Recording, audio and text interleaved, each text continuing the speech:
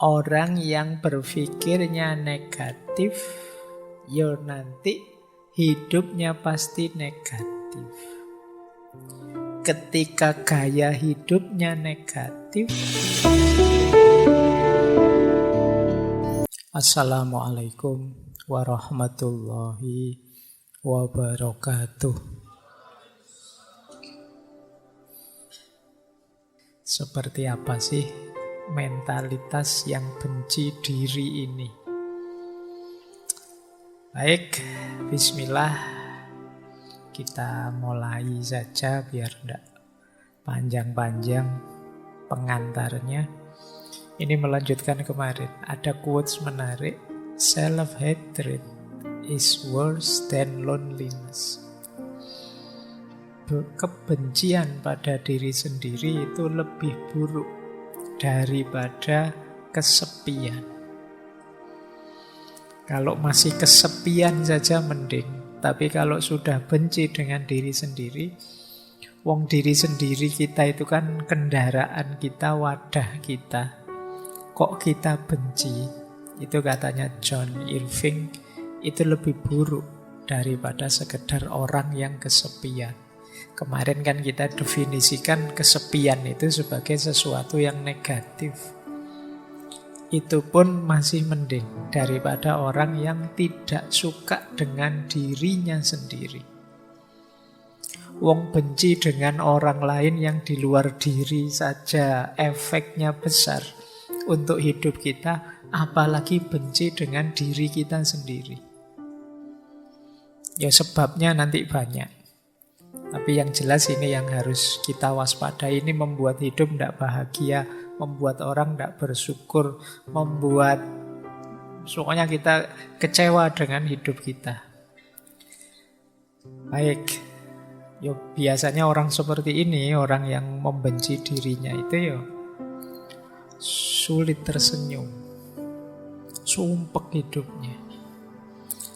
Antara ideal yang dia impikan dengan kenyataan dirinya itu berjarak. Mungkin kalian ingin jadi ini, jadi itu, tapi kok kenyataannya masih gini-gini saja. Itu kalian gelisah.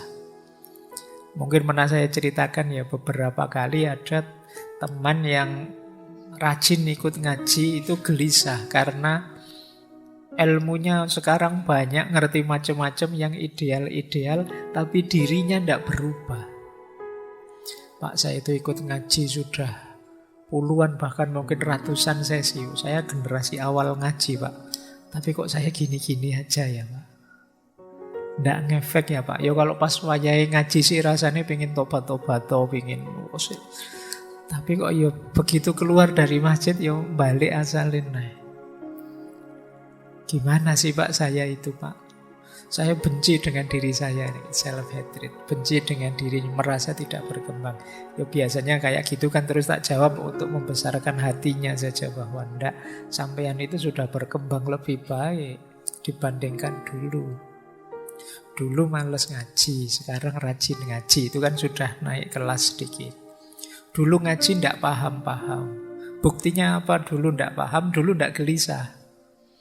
Orang tidak paham itu kan tidak bisa gelisah. Wong tidak paham, kegelisahannya ya hanya ketidakpahaman itu. Kebencianmu pada dirimu kan begitu kamu paham terus sadar, oh ternyata standarku masih di level bawah ya, ternyata ilmuku tidak ada yang hidup selama ini. Itu kamu lumayan sebenarnya sudah naik kelas itu. Jadi bahwa masih belum bisa dihidupkan semuanya ya wajar. Wong segalanya butuh proses. Pelan-pelan. Nah, ini yang sering digelisahkan teman-teman muda. Antara ideal yang ada di kepalanya dengan kenyataan yang dihadapinya tidak sama. Kalau itu tentang dirinya, terus dia jadi benci dengan dirinya. Aku itu loh, wong cuma ndak punya duit aja kok jadi segelisah ini. Padahal katanya kemarin zuhud, katanya kemarin uzlah. Wah, kayak apa tuh aku itu? Itu kita idealmu berjarak dengan kenyataan dirimu. Kayak wong kemarin sudah janji ndak banyak-banyak lagi buka medsos, tapi kok yo gatel pengin buka medsos. Begitu kamu buka terus nyesel sendiri, terus kamu marahi sendiri dirimu. Ini self-hatred. Baik, nanti kita lihat ya. Dunia self-hatred, kebencian pada diri ini mungkin kelihatannya sepele. Tapi kalau tambah lama, tambah kronis, apalagi terus jadi akut, bisa membahayakan dirimu. Tambah benci itu ya tambah merusak hidupmu. Yang jelas orang yang benci dirinya merasa dirinya rendah. Low self-esteem. Kebanggaan dirinya anjlok sudah. Dia jadi tidak pede. Mau apa-apa, wah nanti kalau keliru wong saya itu, kalau begini-begini tidak bisa. Mau ini, mau itu terhalang. Itu namanya low self-esteem. Kebanggaan dirinya rendah. Yang kedua, self-deprecation. Self-deprecation itu mengecil-ngecilkan dirinya. Sebenarnya bisa sih ngaji dikit-dikit, tapi halah kemampuan ngaji saya itu rendah, Pak. Sebenarnya sudah bisa sih ngomong di depan umum sedikit-sedikit, kamu merasa halah tidak ada apa-apanya, Pak. Jadi kamu punya kemampuan mungkin, punya keahlian, mungkin punya keistimewaan 1-2, tapi kamu anggap dirimu itu tidak ada apa-apanya. Jadi kamu merasa pokoknya kecil saja, kamu merasa tidak pantas saja, kamu merasa tidak layak saja. Itu self-deprecation. Jadi kamu degradasi sendiri dirimu, kamu rendahkan sendiri dirimu. Orang yang seperti ini nanti bisa self-sabotage, mensabotase dirinya sendiri. Harusnya bisa jadi juara sih, kamu kecil-kecilkan sendiri dirimu, akhirnya nggak jadi juara kamu. Harusnya kamu sudah pinter jadi ahli pidato, tapi ya karena kamu jarang tampil akhirnya ya sampai hari ini tidak berkembang. Yang mensabotase dirimu siapa? Dirimu sendiri. Nanti kita bahas agak panjang ini, self-sabotage ini. Bagaimana kita mensabotase diri kita sendiri. Hati-hati kalau sampai level self-harm, menyakiti diri. Biasanya kalau sudah menyakiti diri ini ya levelnya sudah agak depresi. Jadi, nekat sudah, Mas jangan banyak makan itu nanti sakit sampean darah tinggi loh, ndak apa-apa mati yo ben, Aku biasanya wis mulai. Iki rotok gawat kalau sudah begitu. Jadi salah ya sudah, rusak ya ben, hancur-hancurlah sekalian. Itu biasanya kalau sedang patah hati begitu. Jadi self-harm, menyakiti dirinya sendiri. Ini atmosfernya. Dunia kebencian terhadap diri itu ternyata ya bersinggungan dengan harga diri, nilai diri, sabotase diri, dan juga menyakiti diri sendiri. Ayo ya, kita mulai malam hari ini latihan. Karena model self-hate ini yang seperti saya sebut tadi adalah ciri orang yang hidupnya tidak bahagia. Tidak mungkin dia bersyukur, wong merasa hidupnya berat, dan jadi beban, baik bagi dirinya maupun lingkungan sekelilingnya. Kita lanjutkan. Nanti sebelum filosofinya, kita lihat ciri-cirinya dulu. Ini dulu pernah kita bahas sekilas ketika kita membahas self-love, cinta diri. Malam hari ini lawannya, self-hatred. Orang yang benci diri itu punya beberapa ciri khusus. Yang pertama, selalu melihat negatifnya dirinya. Pokoknya diriku itu apalah, pokoknya. Sudah tidak ada nilainya. Padahal ada pinternya loh diri ini, tapi kamu lihat wajah saya itu jelek, sing ditonton itu terus. Padahal kamu geser sedikit loh, di balik wajahmu ada otak yang cerdas loh. Kamu tidak bangga, kamu kok sibuk dengan wajah saja. Padahal mungkin wajahmu hanya sempurna sih, cuma ada jerawatnya saja 3 atau 4 itu. Tapi kamu sibuk lihat jerawat itu saja. Lupa banyak nikmatnya Allah yang lain loh di sekujur tubuhmu. Tapi kamu hanya lihat itu. Hidupmu perfect, sempurna. Kurangnya cuma 1, belum punya pasangan, itu saja. Tapi itu kamu koyo-koyo wis arep mlebu neraka itu. Waduh, beratnya hidupku. Mau cuma itu saja. Jadi selalu melihat negatifnya diri. Itu ciri-ciri self-hatred. Yang kedua, biasanya terus membandingkan diri dengan yang lain, melihat di yang lain sisi positifnya, yang dalam dirimu sisi negatifnya. Sehingga terus muncul iri atau muncul dengki. Enak ya temanku itu, males kuliah tapi nilainya bagus-bagus. Kamu bandingkan, saya juga males sebenarnya tapi nilaiku kok jelek ya. Kamu bandingkan dirimu dengan teman. Hidup selalu dalam perbandingan. Orang Jawa punya pepatah urip itu wang sinawang, saling melihat. Kita selalu saja melihat yang lain lebih dari kita. IP-mu paling tinggi tapi lihat temanmu, enak ya teman-teman itu bisa ngobrol asik, bisa hidup santai, saya kok enggak bisa ya. Nah, ini golongannya self-hatred. Kamu banding-bandingkan terus. Jadi, ojo dibanding-bandingke. Kama kola. Lagu dangdut. Baik. Yang ketiga, tidak percaya diri. Tidak pede. Jadi kamu merasa tidak bisa apa-apa, padahal banyak kebisaanmu. Pokoknya bahasa sederhananya minder. Disuruh apa-apa minder, padahal bisa. Sehingga kadang-kadang ketika ketemu momennya yang kamu harus menunjukkan kemampuanmu, akhirnya kamu gugup. Jadinya tidak maksimal. Begitu tidak maksimal, kamu lihat dirimu tambah rendah lagi. Tiba-tiba disuruh ngaji di depan orang banyak. Padahal kamu bisa kok ngaji, itu sudah lancar. Tapi begitu karena kamu minder, akhirnya tidak maksimal. Keluarnya sering salah diingetin orang. Terus kamu tambah drop, tambah minder. Ini hatred mindset, self-hatred mindset. Karena kamu tidak percaya diri, akhirnya kamu tidak maksimal. Ketika kamu tidak maksimal, hasilnya tidak bagus. Ketika hasilnya tidak bagus, kamu tambah benci dirimu sendiri. Oke.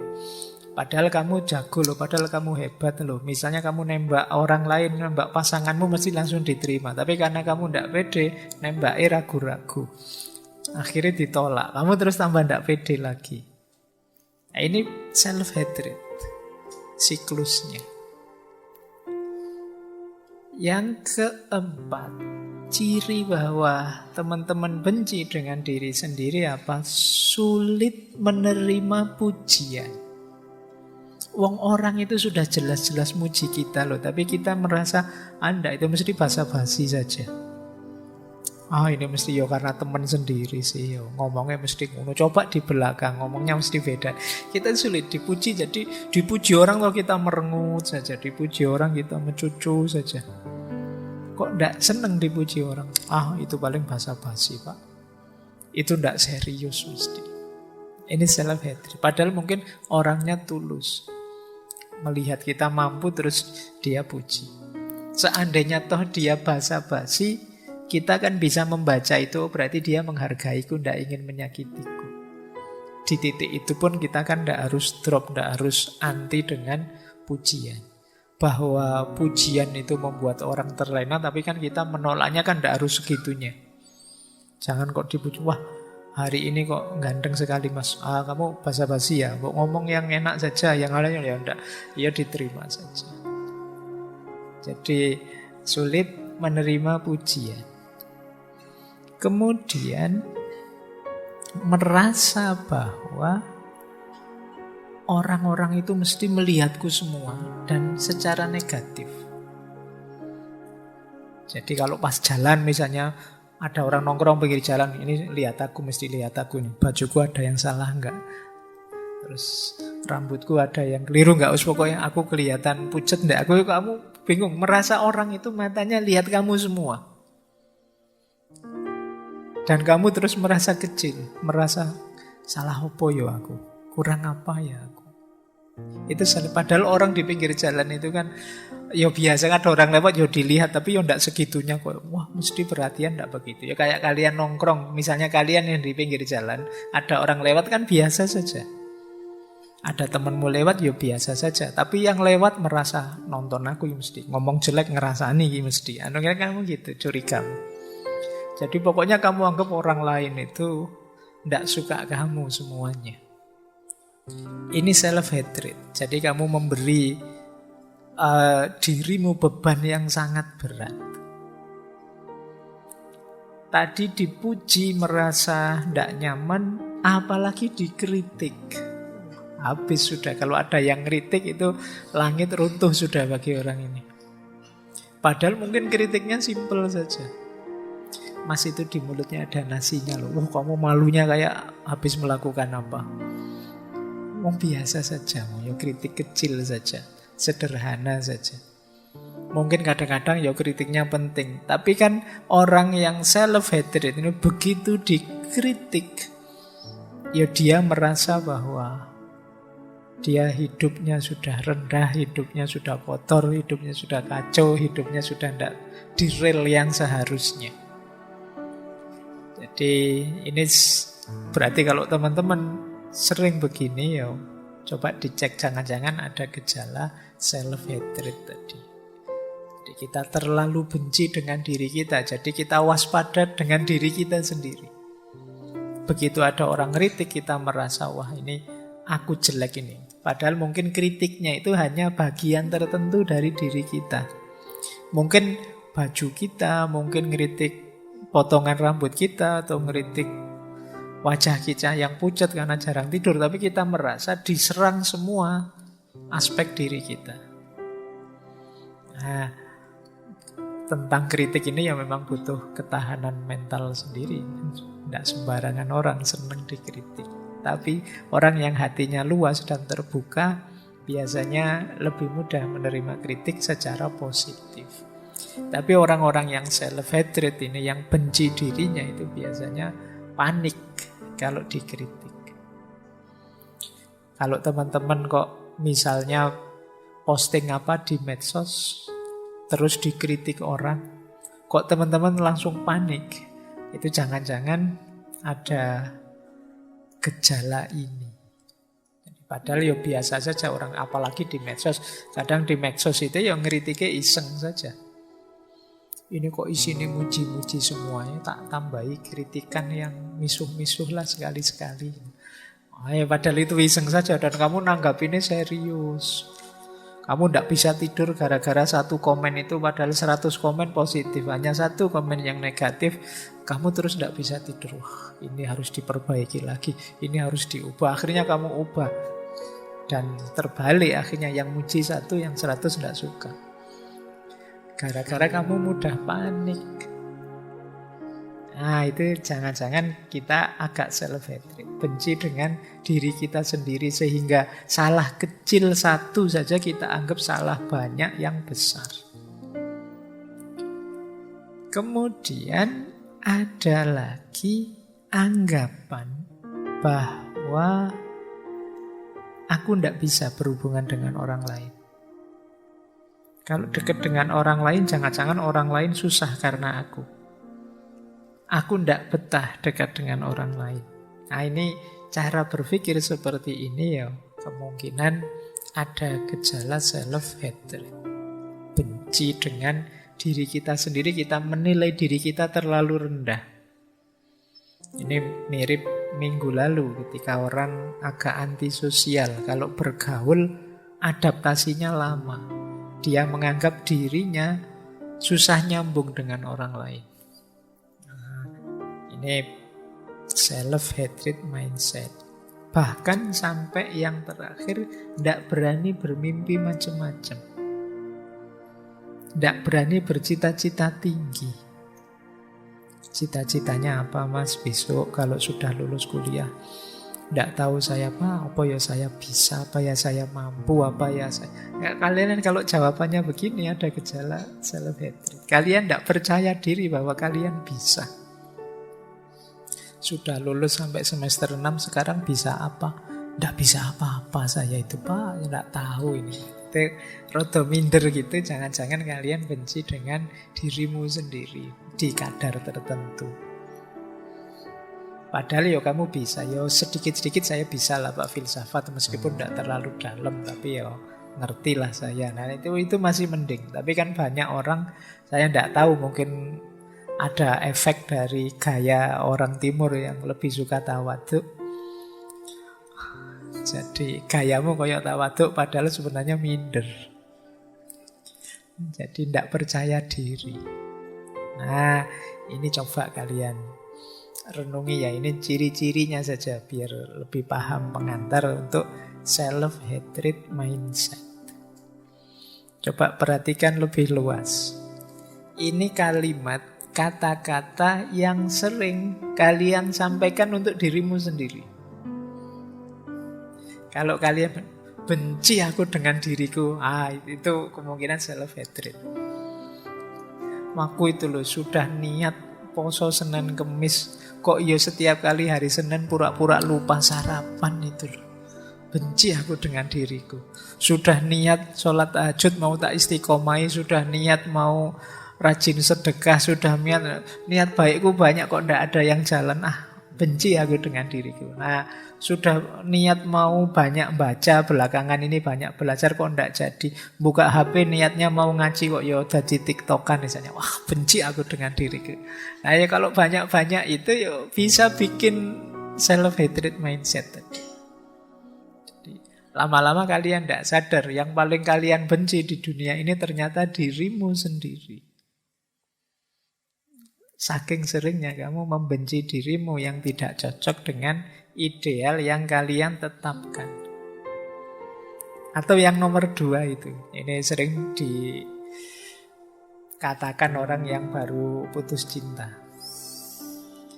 Aku tidak membencimu karena engkau tidak cinta padaku, tapi aku membenci diriku yang masih saja mencintaimu.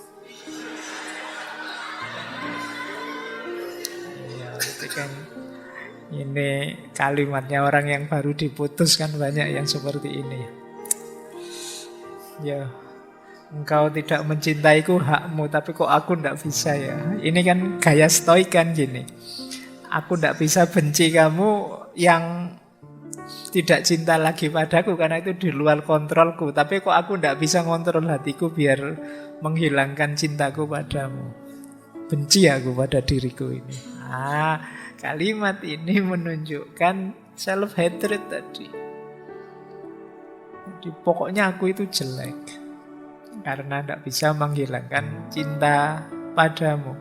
Atau lebih netral, kalau tadi kan untuk cinta misalnya, aku benci orang yang mengingkari janji. Misalnya ada temanmu utang atau temanmu pinjam apa tidak kembali-kembali atau mengingkari janji.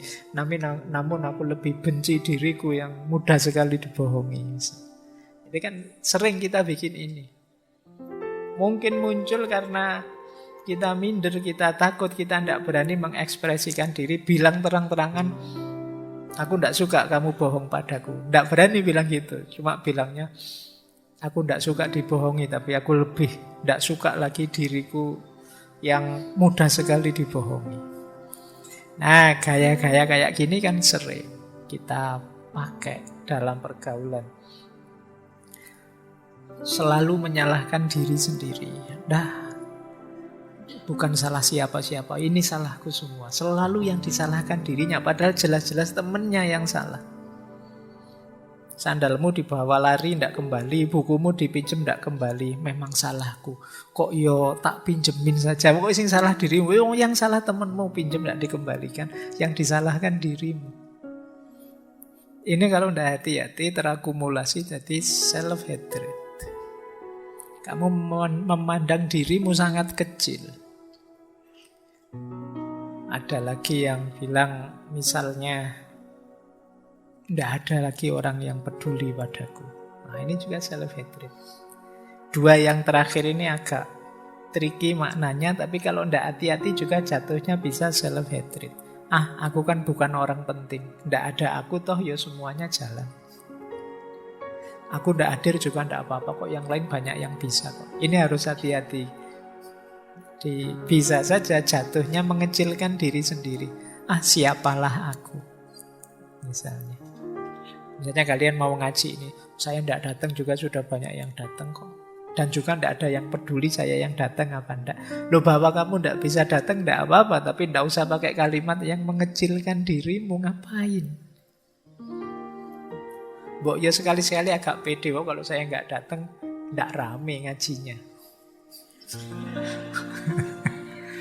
Karena yang biasa rame aku, yang lain tawaduk semua misalnya. Nah ini biasa saja berpikir, ndak harus sambil mengecilkan dirimu. Ya wajarlah sekali-sekali kamu ndak hadir ngaji misalnya. Tapi ndak harus dengan mikir, aku ndak datang pun acara tetap lancar kok. Ndak ada aku pun jalan kok. Jadi pakai diksi yang lebih positif saja. Atau yang terakhir itu hati-hati juga, itu agak trik. Agak trik itu maksudnya maknanya benar. Tapi kalau kita maknai sebagai mengecilkan diri, ya bisa melahirkan self-hatred tadi. Misalnya, kalau ada orang menghinamu, sadarilah bahwa sebenarnya hinaan itu tidak berarti. Dia hanya tahu sedikit tentangmu. Engkau yang lebih tahu betapa lebih banyak kejelekanmu. Hanya saja aibmu ditutupi oleh Allah. Kan begitu banyak. Ini bagus kalimat ini, kesadaran betapa Allah itu sayang dengan kita, menutupi aib-aib kita. Tapi kalau dimaknai sebagai mengecilkan diri, bahwa aku itu jelek, aku itu jahat, aku itu buruknya luar biasa, ini nanti bisa melahirkan self-hatred. Orang yang tidak bersyukur. Jadi ini kan kalimat yang sehari-hari sering kita pakai. Yang kita tidak sadar membentuk kepribadian benci diri. Ya orang yang membenci dirinya ya tentu saja sulit berkembang, sulit maju, sulit mencapai sesuatu. Wong dia tidak percaya dengan dirinya. Menganggap dirinya tidak kapabel, tidak mampu, layak dibenci.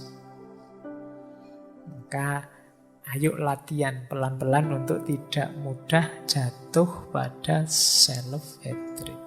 Benci pada diri sendiri. Apalagi banyak prinsip-prinsip yang kalau salah memaknai bisa jatuh negativitas. Misalnya quotes ini. Kalau engkau mempercayai, engkau akan terbunuh. Trust gets you killed. Kalau engkau mencintai, engkau akan tersakiti. Kalau engkau apa adanya, engkau akan dibenci. Ini quotes ini mungkin kadang-kadang kita pakai. Jangan mencintai, nanti kamu tersakiti loh. Kamu hidupmu jangan apa adanya, nanti kamu dibenci orang. Jangan banyak percaya, nanti kamu dikhianati loh. Ini kan kalimat-kalimat yang membuat kita mundur, membuat kita takut maju. Jadi akhirnya ya kita hidupnya defensif. Padahal kan hidup yang defensif itu kan tidak enak. Kayak sepak bola itu kan kalau bertahan saja kan kita nontonnya tidak enak. Sepak bola kok parkir bis, kan kita sering begitu. Maka hidupmu ya jangan parkir bis. Jadi kamu takut ngomong karena khawatir salah. Kamu takut maju karena khawatir jatuh. Kamu takut mencintai karena khawatir disakiti. Kamu takut mengekspresikan diri karena khawatir dibenci. Akhirnya kamu tidak ngapa-ngapain. Ya tidak apa-apa sih kamu mengekspresikan diri. Kalau salah kan nanti ada yang ngingetin. Yang buruk itu kalau sudah diingetin bahwa kamu salah, tidak mau memperbaiki. Ini baru buruk. Tapi jangan tidak ngapa-ngapain. Kalau kamu tidak ngapa-ngapain, tidak ada perbaikan dalam hidup kita. Bagaimana orang bisa ngontrol apakah ungkapan diri kita itu baik atau buruk kalau kita tidak mengungkapkan diri. Jadi maka pertama-tama ayo menata hidup kita, ayo kita cintai diri kita. Tidak mungkin seperti di self-love dulu, tidak mungkin kita bisa mencintai yang di luar diri kita kalau kita tidak bisa mencintai diri kita. Itu teori dasarnya itu. Oke, kita mulai. Saya awali dari perspektif yang agak unik ya, agak berbeda. Tadi agak negatif, tapi ini ada pandangan yang unik. Ada tokoh namanya Laura House. Dia mengklaim dirinya sebagai self-hate coach. Jadi dia nuntun orang, ayo benci dirimu. Tapi cara berpikir dia menarik. Kata dia begini, secara naluriah, kalau bahasa agamanya fitrah, tapi fitrah yang negatif. Kalau seperti Al-Quran itu kan juga banyak menyebut ada beberapa ciri dasar manusia yang negatif. Misalnya khuliqa halu'a, manusia itu tukang mengeluh, manusia itu zoluman jahula, sangat zolim dan sangat bodoh. Ini kan penciri negatifnya manusia. Nah, kata tokoh ini, benci diri itu juga salah satu penciri negatif. Manusia itu secara alamiah dalam dirinya pasti punya keraguan, punya ketakutan, dan punya kebencian-kebencian. Dan jangan dikira ini simpel. Inilah nanti yang melahirkan banyak sekali bisnis-bisnis, banyak sekali proyek-proyek, banyak sekali kegiatan-kegiatan yang mungkin biayanya miliaran, triliunan. Mungkin ada lokakarya, workshop, sekolah, guru, psikiater, psikolog. Ini kan beredar untuk ngurusi keraguan kita, ketakutan kita, kebencian kita. Kata Laura House, tapi sudah dilatih sedemikian rupa, kayak kalian malam hari ini belajar tentang self-hate, benci diri, kok tetap saja Pak, nanti kalau setelah kembali dari sini ya tetap minder, ya tetap apa-apanya ya tetap. Karena memang faktanya begitu. Suara itu tidak bisa kita bantah karena memang ya benarnya memang begitu. Benarnya memang begitu. Itu diri kita itu memang banyak keraguan, banyak kebingungan, banyak ketakutan. Maka kata orang ini, daripada menyangkal, sudahlah, kamu terima saja bahwa aku ini memang punya gejala membenci diri. Punya kecenderungan ke sana. Dan kata dia, gampang kok kalau kita ingin membenci diri kita itu. Misalnya kata dia, coba kalau lagi nganggur, kamu daftarilah orang yang lebih baik dari dirimu. Mestinya bukumu tidak muat itu sudah. Dalam berbagai aspek. Orang yang lebih cakep dari diriku, ini mesti banyak. Kali ini paling banyak mungkin. Orang yang lebih pinter dari diriku, ini mesti banyak. Loh, kalian bikin daftar itu kan langsung, iya, alah apa sih aku ini dibandingkan mereka. Jadi ini cara beliau berpikir ini agak membalik paradigma, dalam arti sampean sedang disarkas ini, disindir. Kalau sedang pingin membenci dirimu ya gampang. Tiap hari kamu ingat-ingat saja orang-orang yang lebih baik, lebih hebat darimu, otomatis kamu minder wis. Begitu kamu tiba-tiba misalnya saya tidak hadir, terus sama teman-teman takmir, sampean aja yang paling rajin ngaji, yuk diganti Pak Faiz di sini. Itu kalau sampean begitu duduk di sini membayangkan, wah Pak Faiz kayak gitu ya, wah saya ndak mampu Pak, saya ndak itu. Karena sampean ngukurnya membandingkan tadi. Coba ndak usah dibandingkan, begitu ada di sini sampaikan saja sesuai yang sampean tahu, mungkin ndak akan gugup, ndak akan kacau. Tapi karena begitu membandingkan dengan saya, mungkin sejak salam itu sampean ngatur intonasinya Pak Faiz kayak gimana biasanya, kayak sejak bismillah sampai nanti salam kalian noto itu semua, biasanya malah kacau. Dan terus kalian minder gara-gara itu. Atau yang kedua, gunakan logika, selalu ada yang lebih baik. Kalian punya prestasi apa? Ini bukan apa-apa Pak, yang lebih baik banyak. Ini terus begitu. ya wis kamu ndak akan jadi orang yang berkembang. Kamu minder terus. Ndak syukur dalam hidupmu meskipun dapat banyak prestasi. Karena cara berpikirmu, cara berpikir yang mengecilkan diri. Ya memang yang disebut faktanya begitu itu, ya faktanya memang banyak prestasi yang lebih baik dari itu. Allah wong cuma juara puisi tingkat kecamatan saja, yang tingkat kabupaten ada loh. Ya begitu kamu mikir gitu kan minder.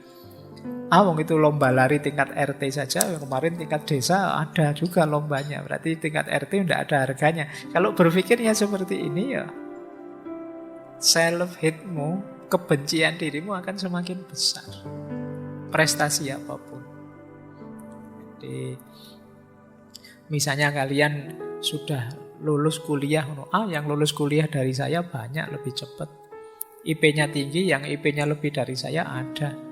Lu ini sudah tertinggi Pak 4. Ala yang sama dengan kamu juga ada kok sebelumnya. Jadi pokoknya rais. Tidak ada itunya. Juara 1 tingkat internasional. Ala itu kan cuma simbol saja. Aslinya apa ya begitu. Nah, pokoknya mikirnya gini terus. Ya kamu tidak bisa bersyukur. Jadi rasanya kamu kecil terus. Ya memang manusia ada pola dalam dirinya yang kalau dihidupkan seperti ini. Apalagi kalau kita fokus pada yang tidak kita miliki. Sudah juara 1 level internasional, misalnya juara 1 nulis apa gitu. Tapi kan saya tidak bisa Pak juara 1 masak. Ya memang kamu bukan ahlimu, tapi karena kamu mikir ke sana rasanya kemampuanmu tadi jadi kecil. Sudah enak-enak kamu ranking 1 dalam studimu, kamu malah mikir, tapi saya itu secara sosial tidak terlalu bagus kok Pak. Ya kamu mikirnya geser ke sana. Jadinya kamu tidak bersyukur. Jadi kalau mau mencari alasan betapa dirimu itu layak dibenci banyak, gampang. Jadi kalau ingin membenci dirimu alasannya banyak. Sederhananya kata Laura House itu, wong aslinya memang kamu itu begitu. Yaitu sederhananya, aslinya kamu memang jelek, aslinya kamu memang rendah, aslinya kamu memang kurang prestasi, kan gitu maunya dia. Kalau kita mikirnya hanya ke situ, memang tidak ada manusia yang sempurna.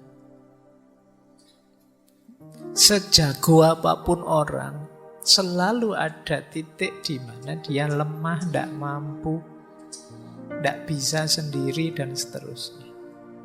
Seperti minggu lalu waktu kita membahas kesendirian dan kebersamaan.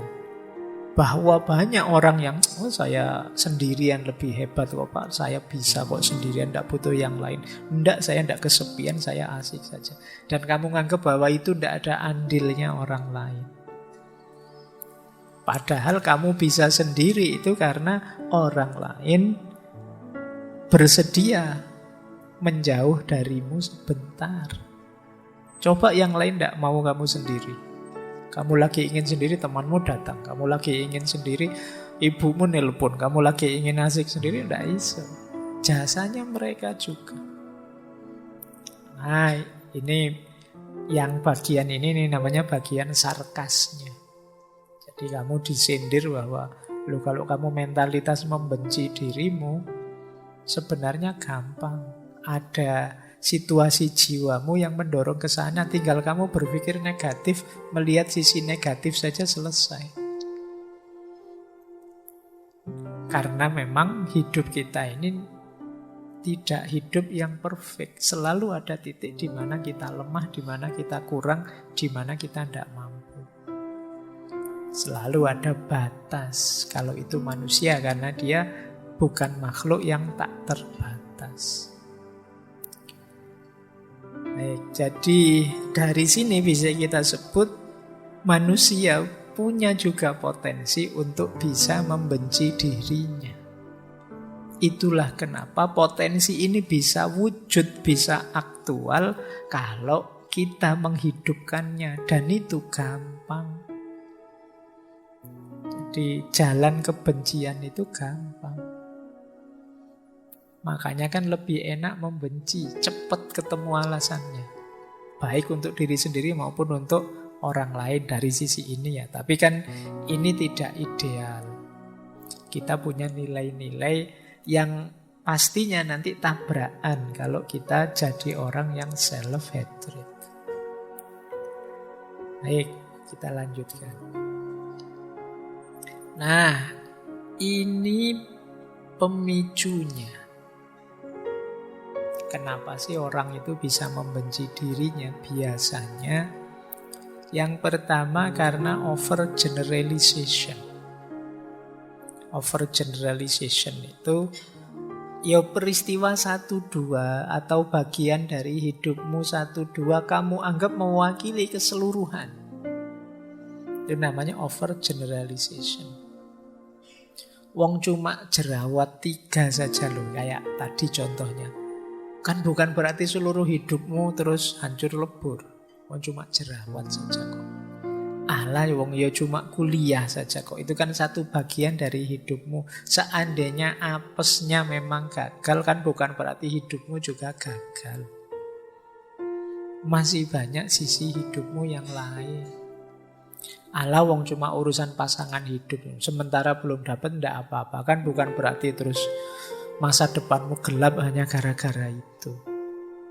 Nikmati saja. Tapi kita sering melakukan overgeneralisasi sehingga kita benci diri kita sendiri.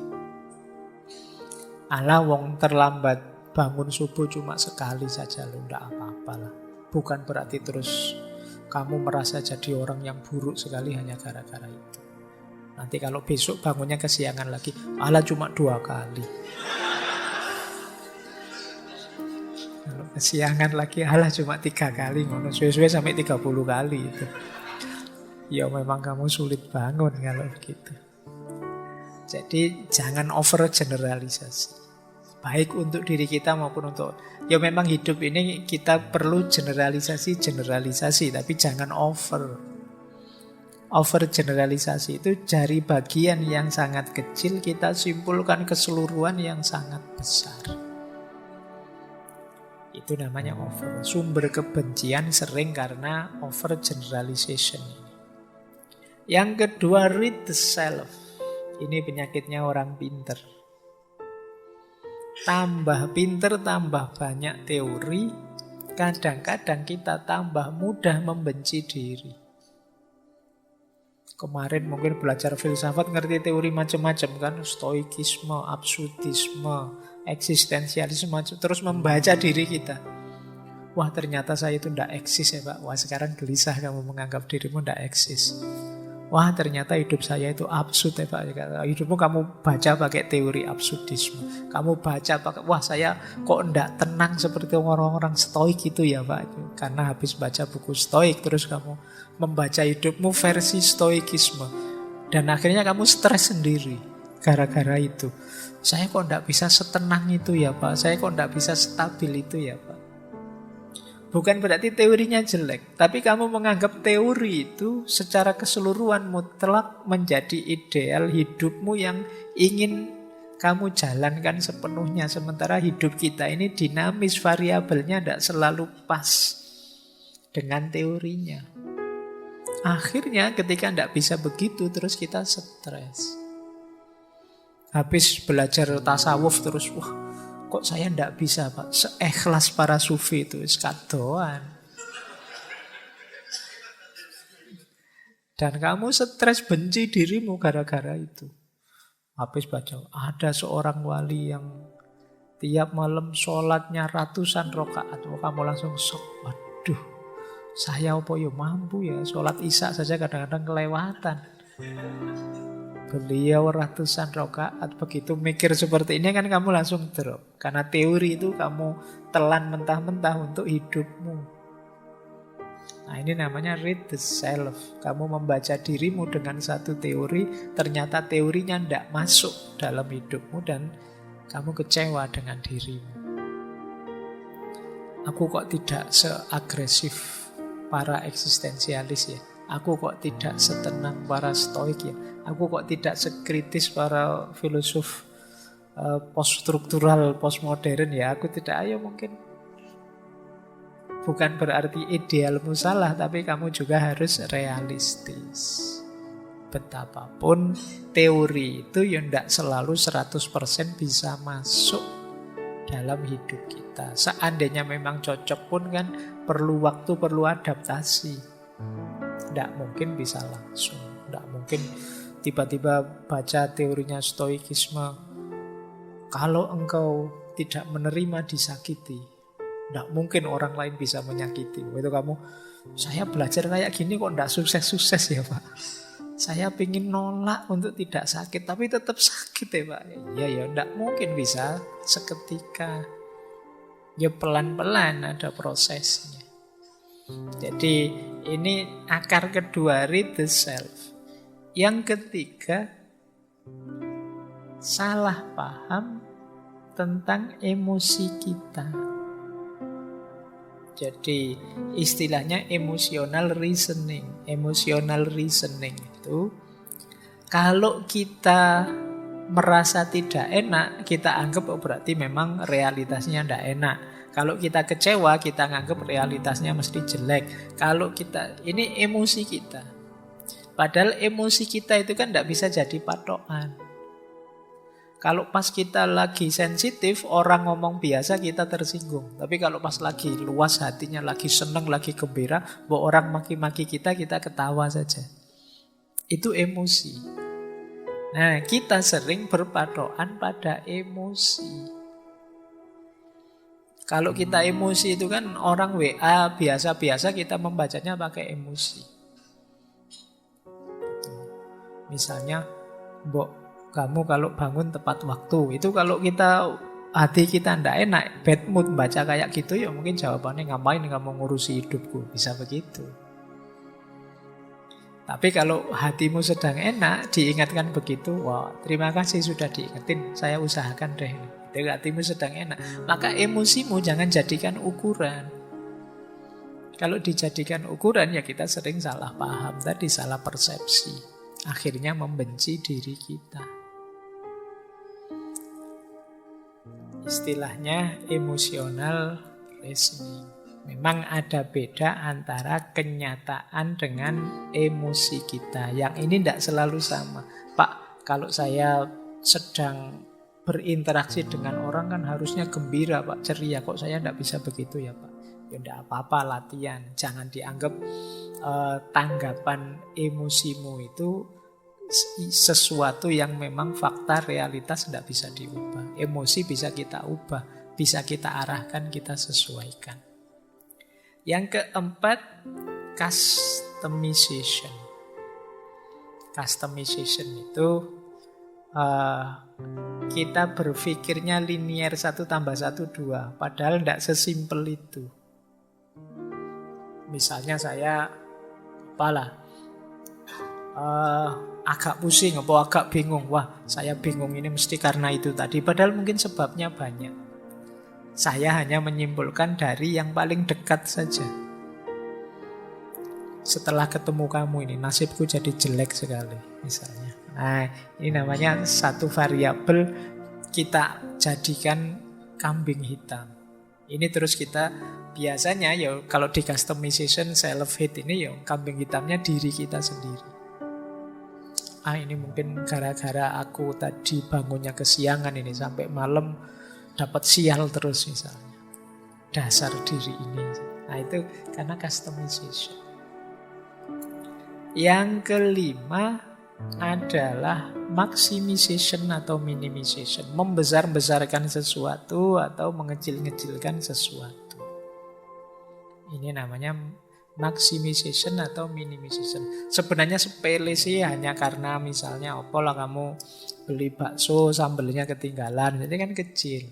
Tapi kok dibesar-besarkan, kamu marah-marahi temanmu yang kamu titipi. Beli bakso kok bisa ketinggalan, kok iya enggak tuh. Saya mencontohkan gini karena kemarin saya beli ayam, ayamnya ketinggalan.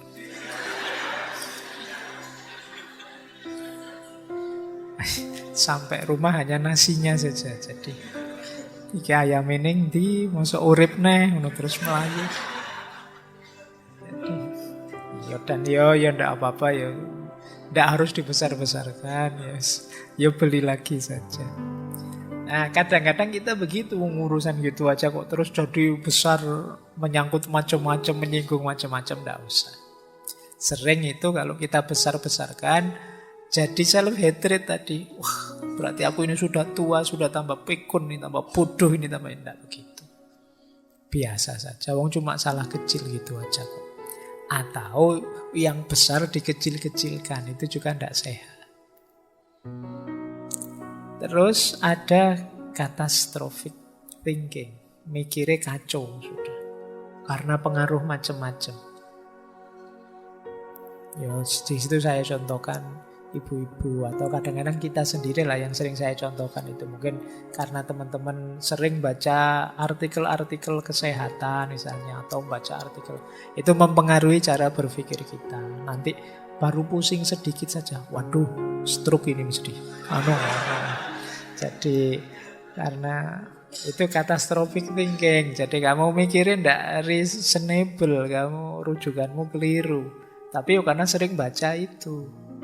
Mungkin yang sudah menikah karena sering nonton sinetron, begitu suaminya HP-nya disembunyikan di password, wah ada rahasia itu mesti, ini harus serba curiga, serba itu. Pikirannya jadi kacau. Nah ini kalau ini objeknya diri kita sendiri. Wah jangan-jangan saya ini termasuk munafik Pak, karena cirinya munafik itu begitu, betapa saya ini. Terus kamu nyerang dirimu sendiri. Jadi self-hate.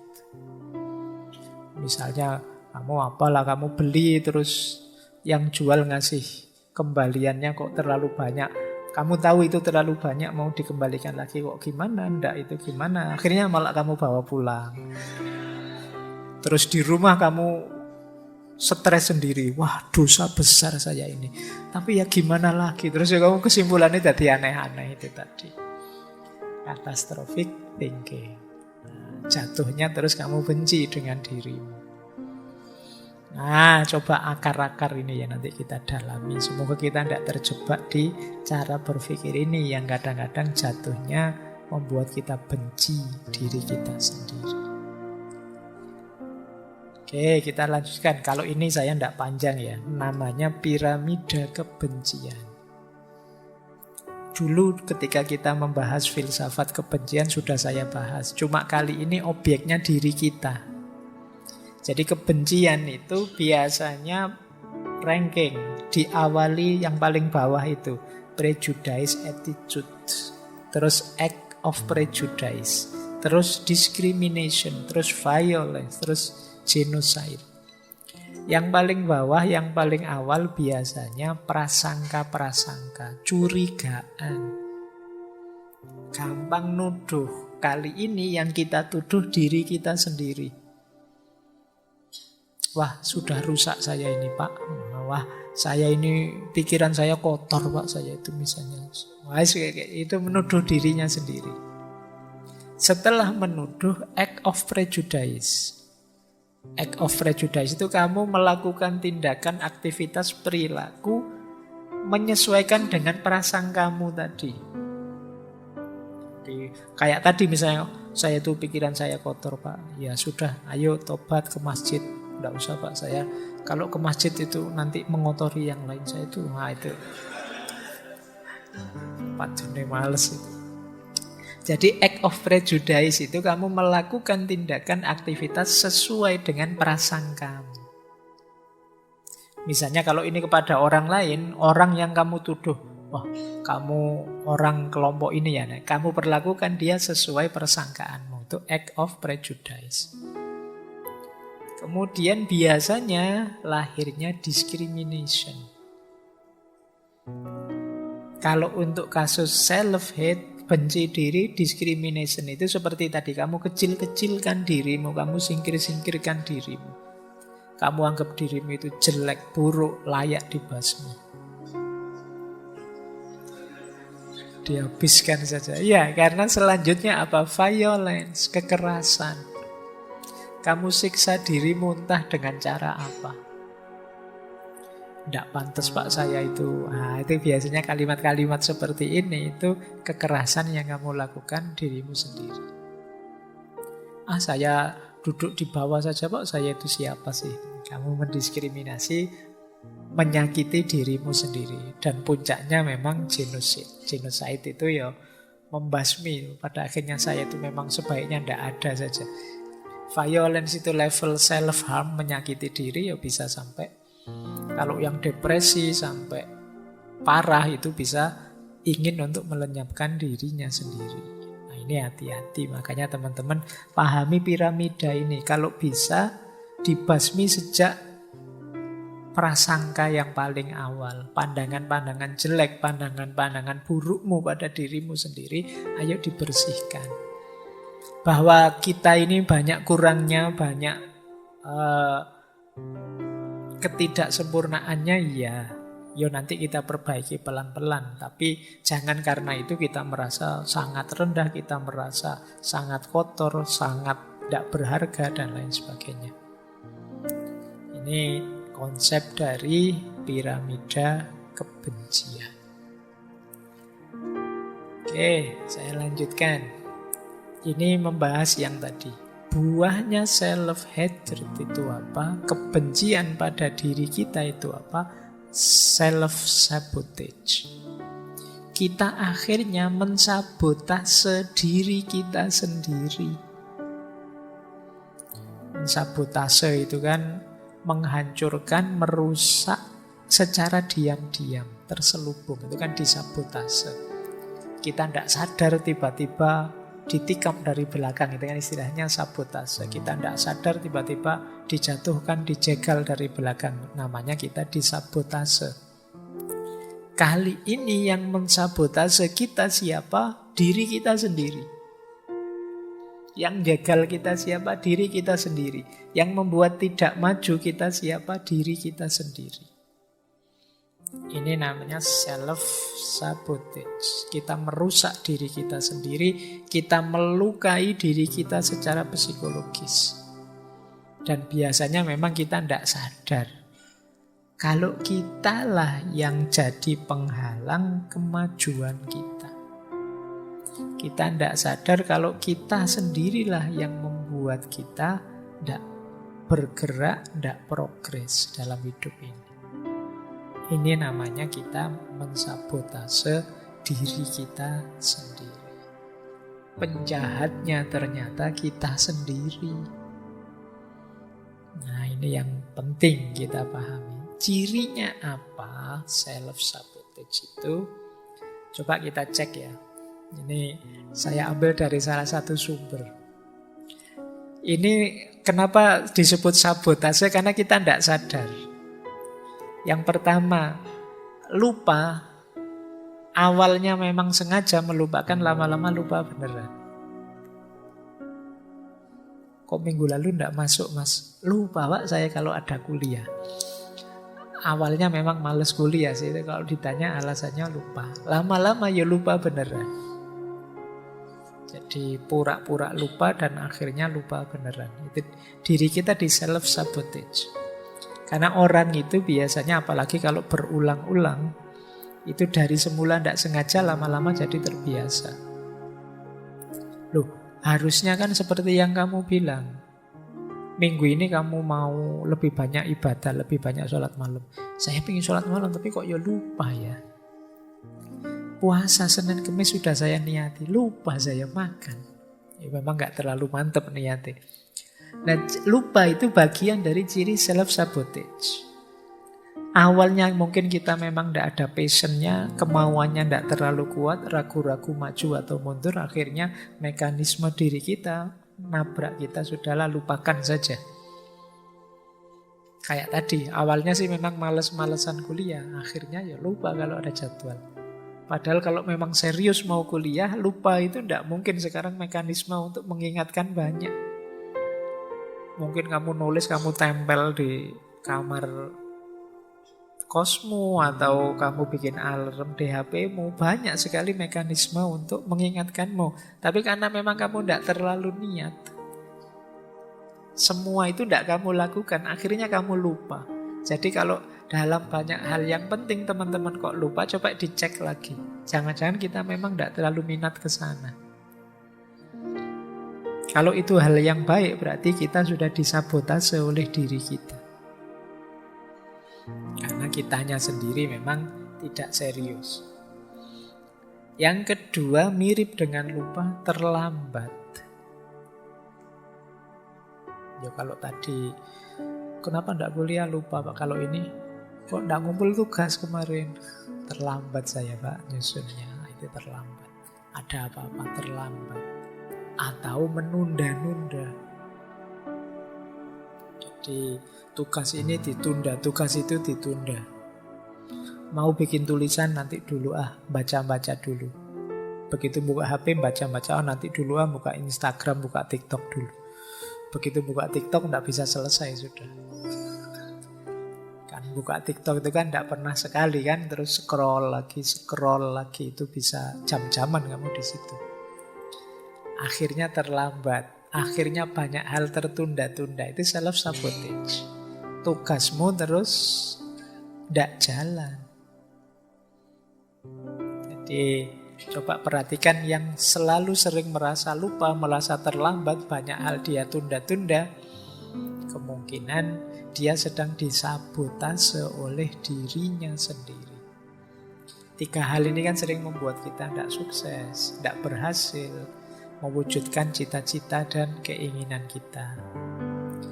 Yang keempat, mulainya oke, tapi terus tidak selesai-selesai. Ini di antara ciri self-sabotage. Begitu diajak jalan, ayo oke. Bikin tulisan, ayo oke. Begitu nulis dapat 2 kalimat, lanjutannya besok saja ya. Terus besok, nanti dulu nyari bahan dulu, oke. Akhirnya tidak selesai-selesai. Seminar tahun 2021 munculnya 2023. Nah, kok kamu lama hilangnya? Nyari inspirasi Pak. Golek inspirasi 2 tahun loh.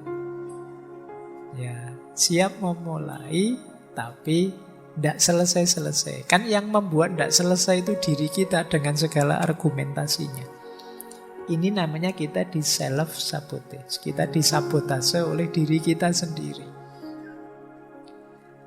Atau muncul di pikiran kita bahwa saya tidak mampu ini menyelesaikan. Tidak sanggup saya. Belum dicoba sudah tidak sanggup duluan. Ini juga ciri self-sabotage.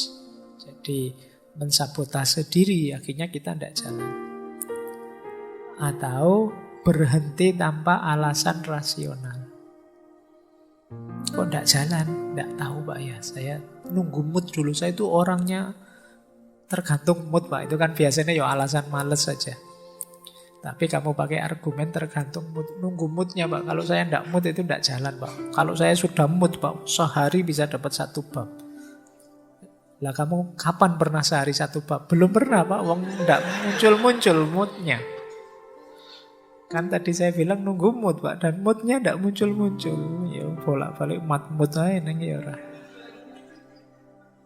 Ini namanya self-sabotage. Kamu disabotase oleh dirimu sendiri.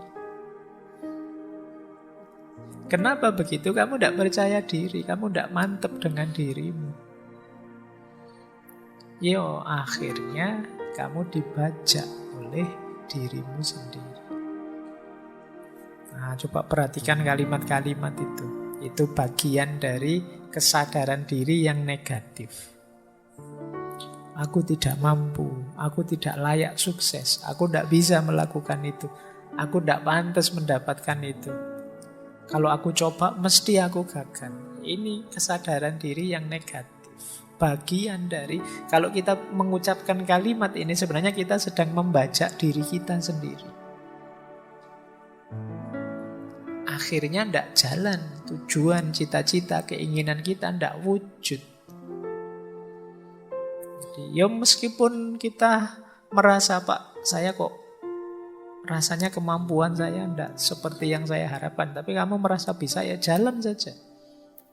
Kayak acara zaman dulu itu loh, yang di TV zaman dulu, saya tidak tahu teman-teman pernah lihat enggak?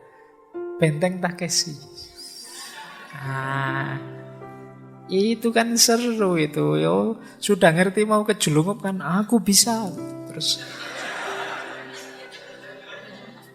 lari meskipun terus jungkel masuk tapi tidak apa-apa, semangatnya kan bagus, lari sambil teriak-teriak gitu. Nah, jadi itu kan optimal upayanya. Kalau sejak awal sudah, saya bisa apa enggak ya, saya mampu apa enggak ya, ya setengah hati kamu, setengah jalan. Jadi jangan biarkan dirimu membajak dirimu sendiri, sehingga kamu tidak maju-maju. Ada saja, kalau alasan itu ada saja pokoknya. Kamu bisa bikin 1001 alasan untuk keminderanmu, ketidakpercayaan dirimu. Mulai dari alasan biasa sampai alasan religius bisa kamu buat. Tapi kamu tidak bisa membohongi dirimu, sebenarnya kamu sedang lari, kamu sedang menghindar dari dirimu sendiri. Ini ciri dari self-hate. Orang yang benci dirinya.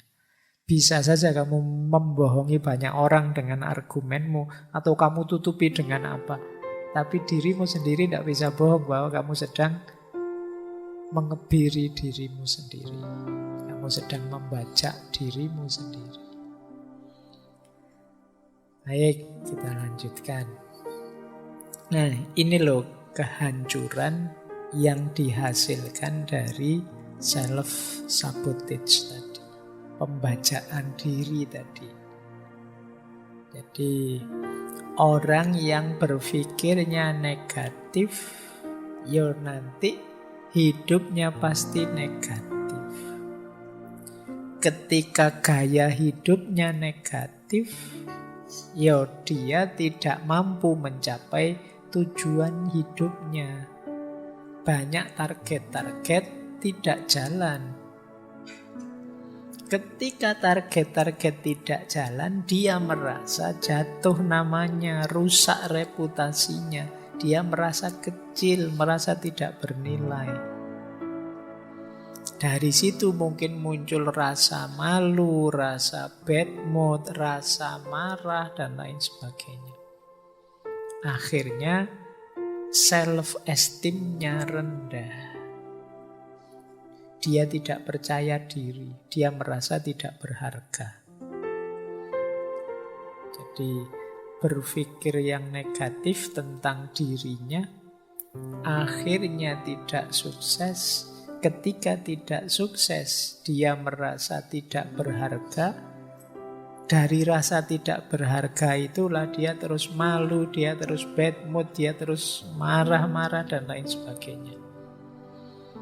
Dan puncaknya merasa bersalah, stres, depresi, frustasi. Jadi yang rusak akhirnya diri kita sendiri. Jadi ini rute kebencian terhadap diri itu ya efeknya besar. Maka teman-teman ya tadi sih sebenarnya cuma sederhana.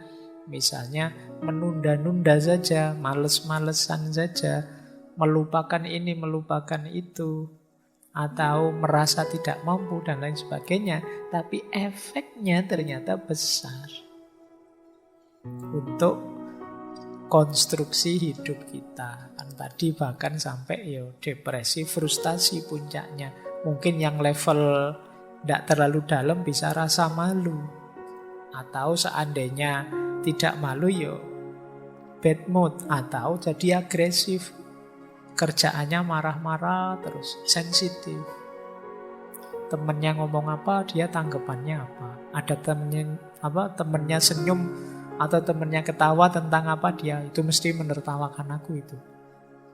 Mesti menertawakan kegagalanku itu. Ada temennya ngobrol berdua, itu mesti ghibah itu ngomong aku itu mesti. Kamu sensitif. Jadi dosennya ngajar di depan kelas, ini dosen kok lihat aku terus, mungkin nganggap aku bodoh apa gimana sih? Kamu jadi sensi. Jadi maka yuk kita hati-hati ya, jangan sampai kita membajak diri kita sendiri. Nah, cara menaklukkannya kemudian bagaimana? Kalau ini agak panjang prosesnya. Jadi ayo pelan-pelan ya kita taklukkan pembajaan tadi. Ini proses penyelamatan diri ini. Yang pertama apa? Kenali perilaku-perilaku kita yang sering muncul saat self-sabotage tadi. Saat terjadi pembacaan diri karena kebencian kita pada diri kita. Seperti tadi loh, kita kenali, oh saya itu biasanya males-malesan Pak. Atau saya itu biasanya tidak menyelesaikan pekerjaan. Saya biasa menunda-nunda Pak, saya biasa. Ayo kita kenali ya, kalau kita biasanya bagaimana? Perilaku kita yang seperti apa yang membajak diri kita? Kalau sudah ketemu, ayo dikenali emosi yang seperti apa sih yang membawa kita pada perilaku tadi. Oh saya males-malesan itu biasanya kalau jenuh Pak. Saya males-malesan itu biasanya kalau lapar Pak. Saya males-malesan, ayo dikenali ya. Jadi emosi yang mana yang membawa pada perilaku yang negatif tadi. Kalau sudah kenal emosinya, saya kalau sedang marah Pak, kalau sedang bosan Pak, kalau sedang bad mood dan lain sebagainya. Kalau sudah ketemu, sekarang ayo kita cari pikiran apa atau prinsip hidup apa yang bisa melahirkan emosi tadi. Karena perilaku ini muncul dari emosi, emosi ini kan muncul dari keyakinan-keyakinan atau pikiran kita.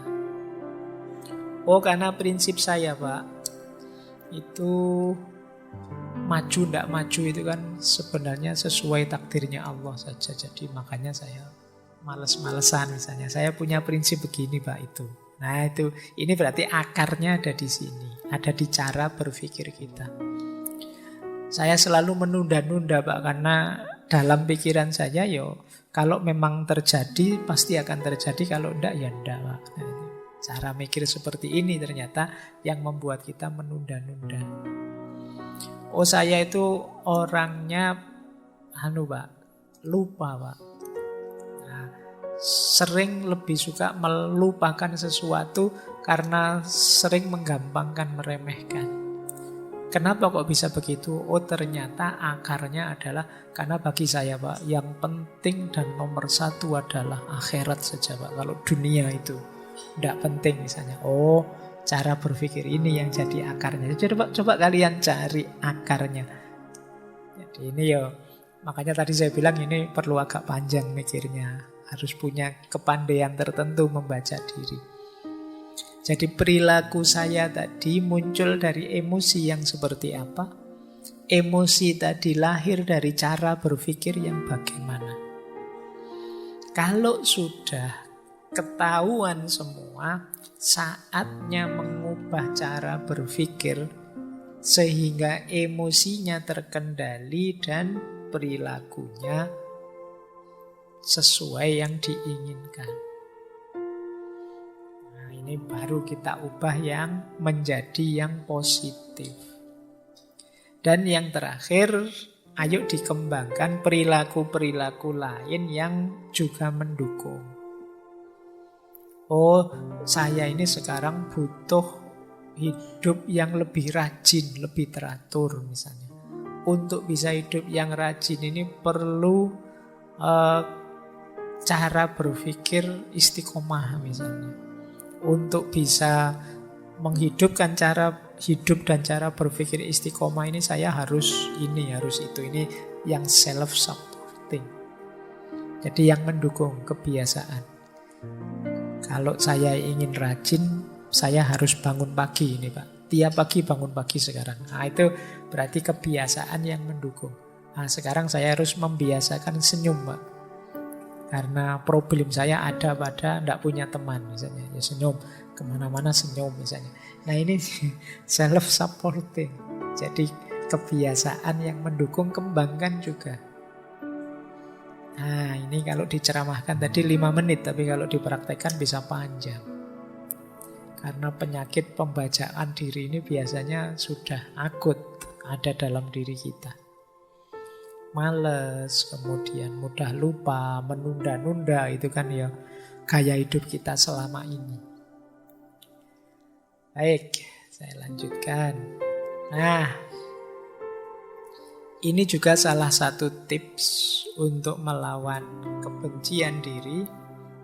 Jadi membenci diri itu nanti harus diganti dengan self-worth. Self-worth itu merasa diri berharga. Yang kedua self-esteem, punya kebanggaan diri. Dan self-confident, punya kepercayaan diri. Ini tindakan konkret yang bisa kita lakukan. Yang pertama, mandiri. Ayo mandiri, memutuskan sendiri, membuat pilihan sendiri. Jadi kita biasakan hidup yang mandiri. Karena dengan menyelesaikan masalah sendiri, memutuskan sendiri, nanti muncul kebanggaan pada diri kita. Ternyata aku bisa juga ya. Ternyata aku mampu juga ya. Dan itu menguatkan diri kita. Nambah rasa cinta kita pada diri kita sendiri. Yang kedua, jangan enggan untuk menerima tanggung jawab. Ini akan melatih kita bangga dengan diri kita. Ternyata bisa saya jadi ketua ini, ketua itu. Ternyata saya bisa jadi panitia ini, panitia itu, meskipun bagian seksi apalah gitu. Jadi ini namanya siap menerima tanggung jawab. Cobalah, enggak apa-apa, ambil tanggung jawab apa kecil-kecilan. Mungkin bagian marketing apa gitu, atau bagian pembantu apa itu. Coba ambil tanggung jawab. Pak, saya untuk ngaji filsafat ini saya bagian noto gelas ya, saya pokoknya tahu. Atau kelihatannya ada yang di depan bagian noto sandal ya, itu bisa. Atau saya ini melatih kebanggaan diri. Biar kamu sadar bahwa kamu bisa. Di kamar kos ini kita kan satu kamar berdua. Saya yang bertanggung jawab menyalakan lampu misalnya. Jadi kalau masuk kamar saya bagian nyalain lampu, kamu bagian ngepel, nyapu dan jadi ya sampai naik dhewe golek sing enak.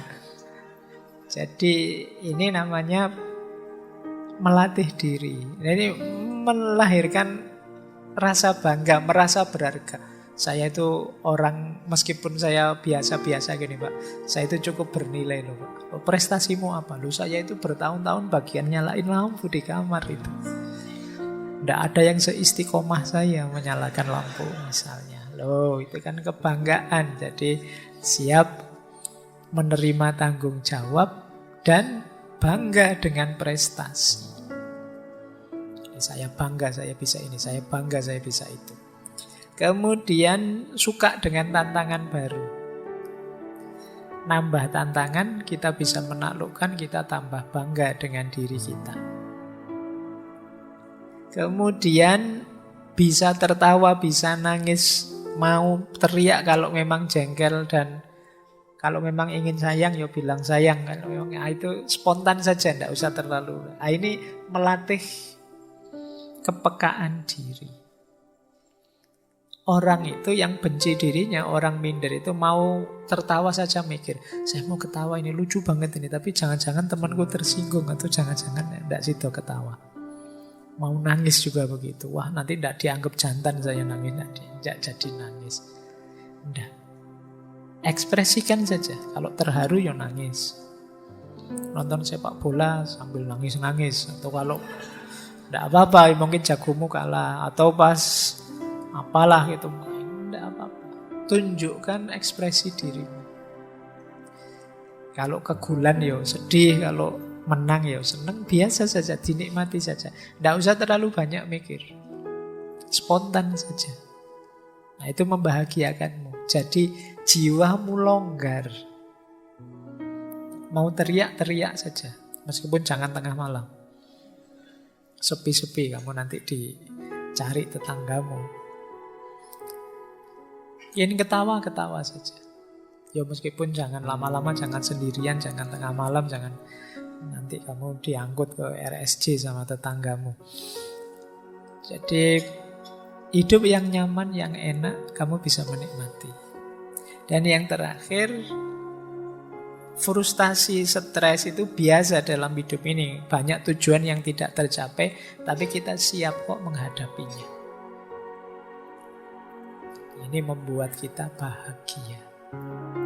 Jadi, akhirnya kita merasa, oh ya meskipun aku ini orang biasa, tapi aku punya nilai, aku punya harga diri. Aku percaya diri untuk menghadapi hidupku. Baik, saya lanjutkan biar utuh. Nah, sekarang kita lihat ada beberapa makna filosofi dari kebencian diri ini yang penting kita renungi. Kita awali dari filosofi-filosofi akarnya kebencian diri.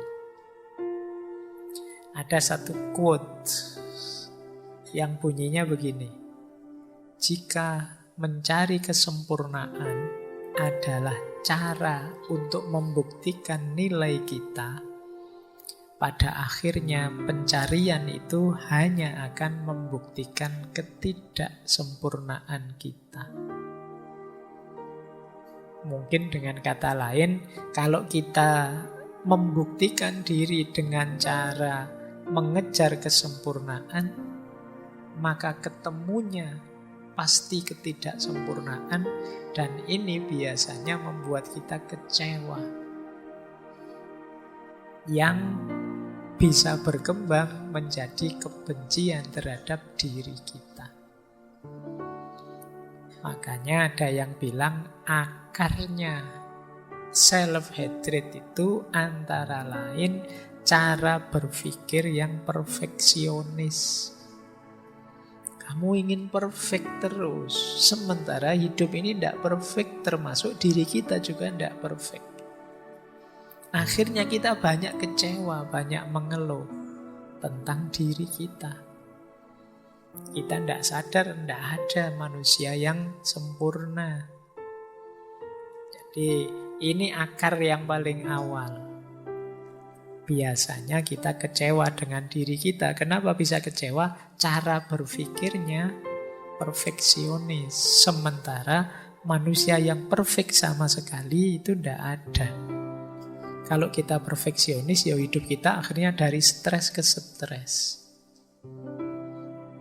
Biasanya fokus kita hanya pada hal yang tidak beres di antara semua yang beres. 99% beres, tapi 1% tidak beres. Ya satu ini yang jadi perhatian kita. Akar yang pertama itu. Akar yang kedua, kenapa orang bisa membenci dirinya sendiri? Ini saya ambil quote juga, yang bunyinya begini. Pesan-pesan yang diterima anak-anak kita dari gurunya, pelatihnya, dan meskipun dengan niat terbaik dari kita, dapat mendorong mereka ke arah kesombongan atau keputusasaan, ke arah pembenaran diri atau kebencian diri. Nah, ini yang kedua, ini akarnya bisa dari lingkungan. Mungkin teori-teori, konsep-konsep, nasihat-nasihat yang masuk ke kepala kita dari lingkungan sekeliling kita, yang membuat kita terus benci dengan diri kita. Ya misalnya tadi kita jadi, wah saya itu ternyata bukan anak soleh ya, wah ternyata saya itu bukan anak yang pinter ini, pinter itu ya, tidak seperti teman-teman ya. Itu sejak kecil terus muncul kebencian pada dirinya. Sampai di level dia putus asa dengan dirinya. Akhirnya terus banyak anak-anak yang nakal. Banyak anak-anak yang untuk menarik perhatian yang lain, dia melakukan hal-hal yang tidak kita inginkan. Karena sejak awal dia dibuat putus asa dengan dirinya oleh lingkungannya. Mungkin dicap ini, dicap itu, dimarahi begini, dimarahi begitu ya. Akhirnya dia, ternyata aku ini tidak berharga, ternyata aku ini tidak penting, ternyata aku ini tidak bernilai. Sudahlah, wong aku tidak penting, tidak bernilai saja, rusak juga tidak apa-apa. Nah, yang kedua dari lingkungan, akarnya. Saya tidak tahu teman-teman yang muda-muda yang malam hari ini hadir, semoga tidak ada yang hasil cetakan lingkungan yang semacam itu. Kalau ada, ayo latihan kita bersihkan sendiri. Setiap manusia berharga. Setiap manusia bernilai, termasuk diri kalian. Tidak ada orang yang tidak bernilai. Semuanya disayangi oleh Allah. Semuanya layak dan berhak untuk dicintai. Seperti apapun situasi dan kondisimu. Akar kedua. Akar ketiga. All hatred of others is a reflection of self-hatred. Kebencian kita pada yang lain itu adalah pantulan dari kebencian kita pada diri sendiri. Sebaliknya juga begitu, semua cinta kita pada yang lain itu pantulan dari cinta kita pada diri kita sendiri. Jadi akarnya apa? Timbal balik dari kebencian kita pada yang lain. Kalau kita benci orang lain, sebenarnya sebelumnya kita sudah benci diri kita sendiri. Ini ciri yang ketiga, ini akarnya memang jiwa kita, jiwa yang membenci. Mungkin karena kecewa dengan diri kita. Ada banyak hal yang tidak sesuai dengan keinginan kita. Akar yang keempat, tidak memaafkan diri sendiri sering menjadi akar dari kebencian diri yang ekstrim dan menjadi penghambat yang intens. Hampir tidak mungkin untuk benar-benar memulai kembali ketika kita merasa tidak dapat memaafkan.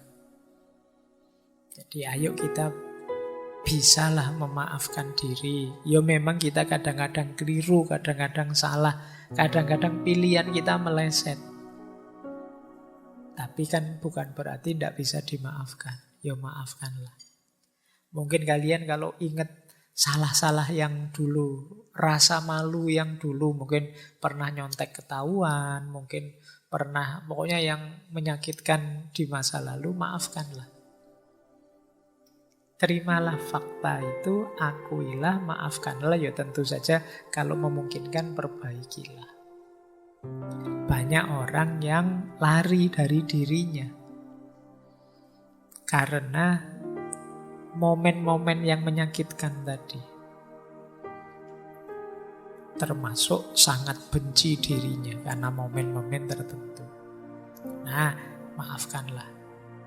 Wong kita untuk orang lain saja direkomendasikan untuk dimaafkan. Banyak di antara kita yang tidak bisa memaafkan dirinya sendiri.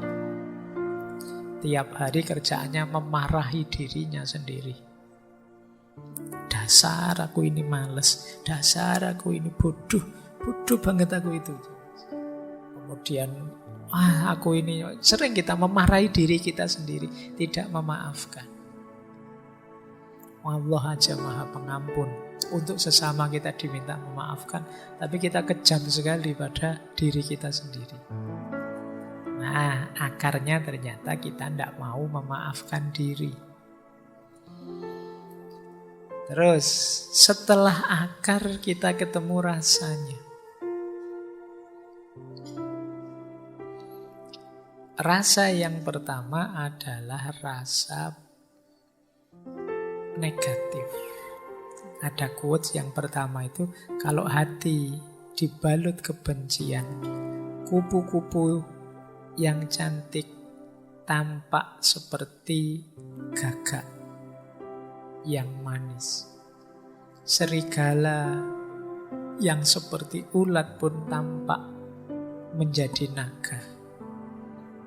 Jadi kupu-kupu tampak seperti burung gagak. ular tampak seperti naga. Itu kalau mata kita adalah mata kebencian.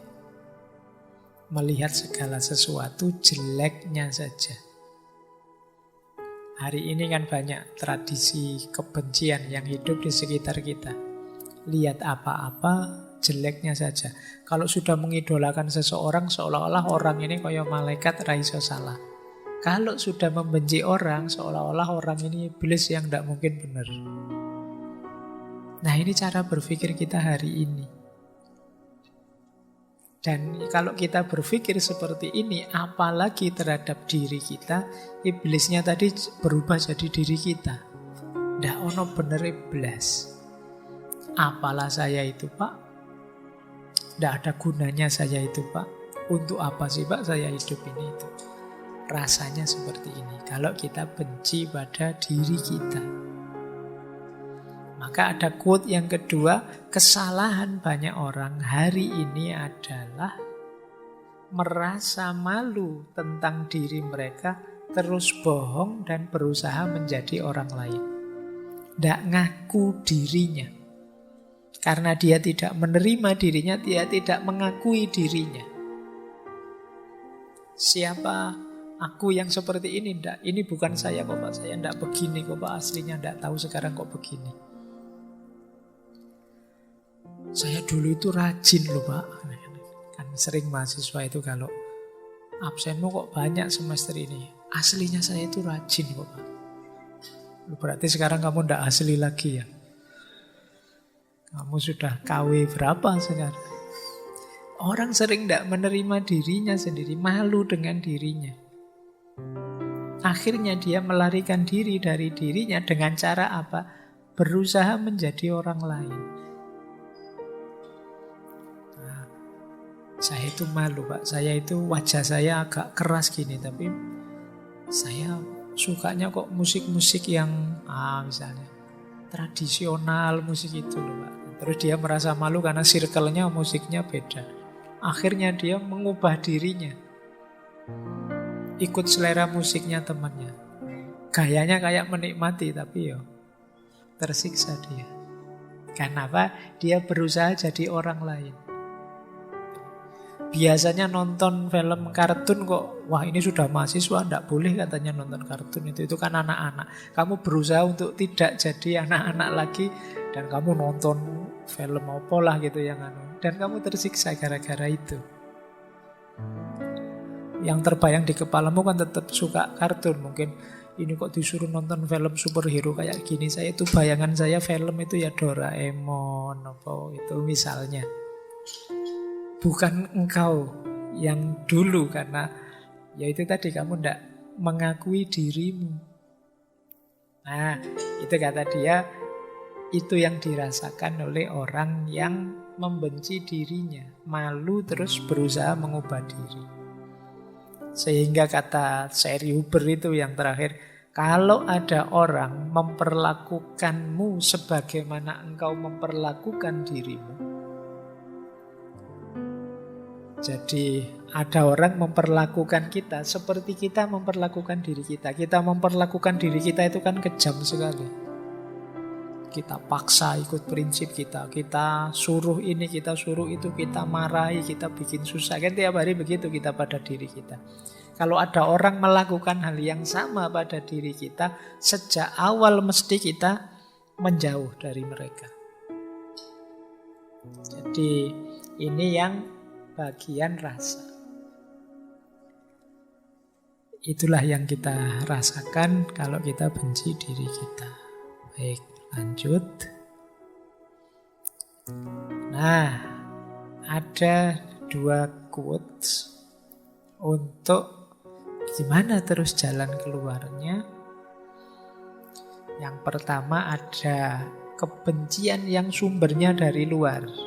Kita benci diri kita karena pandangan orang lain, komentar orang lain, tuduhan orang lain, dan lain sebagainya.